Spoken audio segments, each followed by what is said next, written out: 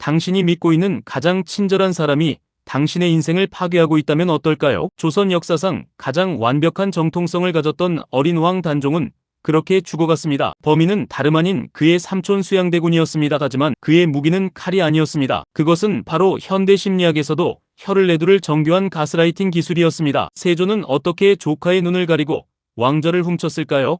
그 첫 번째 기술은 헌신이었습니다. 명나라로 가는 험난한 사신길을 수양대군은 자처해서 떠납니다. 죽음의 위협이 도사리는 길이었죠. 삼촌인 내가 너의 정통성을 위해 목숨을 걸겠다. 이 한마디에 단종의 경계심은 무너졌습니다. 하지만 이것은 시작일 뿐이었습니다.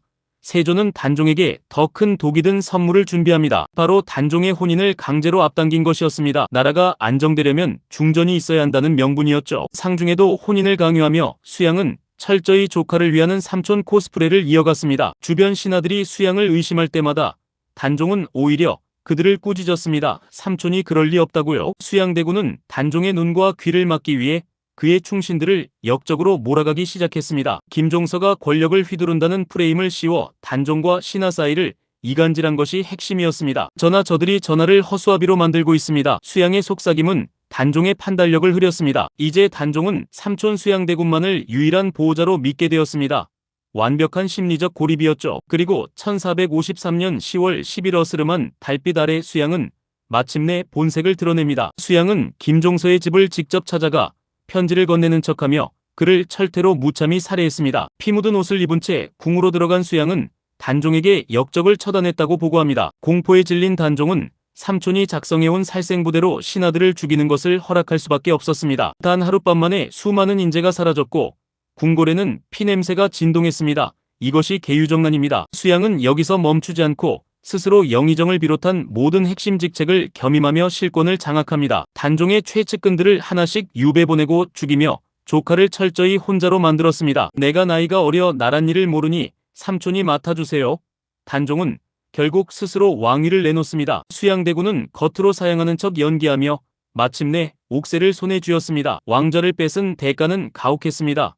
단종 보위 운동을 하던 사육신들이 처형당했죠. 성산문은 세조를 끝까지 나리라 부르며 왕으로 인정하지 않고 처형대로 향했습니다. 단종은 강원도 영월에 험준한 청령포로 유배를 떠나게 됩니다.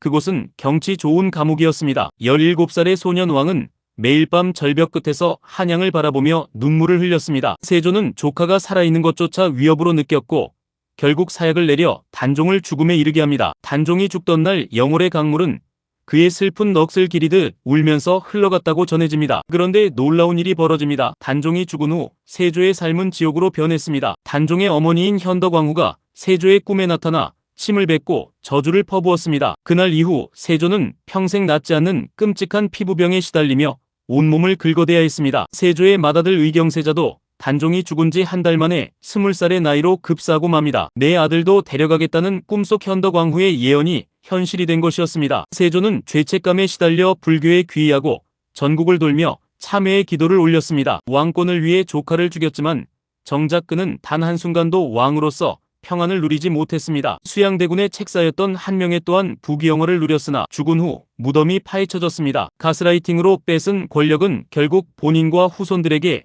비극적인 결말로 돌아온 셈입니다. 이 이야기는 단순히 과거의 역사가 아닙니다. 현대사회에서도 여전히 반복되는 비극이죠. 친절한 삼촌의 얼굴을 하고 당신의 모든 것을 빼앗으려 하는 사람이 주변에 있지는 않나요? 과도한 헌신과 호의 뒤에 숨겨진 그들의 진짜 의도를 파악하는 것이 중요합니다. 단종처럼 가장 가까운 사람에게 가스라이팅을 당할 때 우리는 어떻게 대처해야 할까요? 첫 번째는 그들이 당신을 고립시키려 하는지 객관적인 시선으로 바라보는 것입니다. 주변의 경고를 무시하지 말고 자신의 직감을 믿어야 합니다.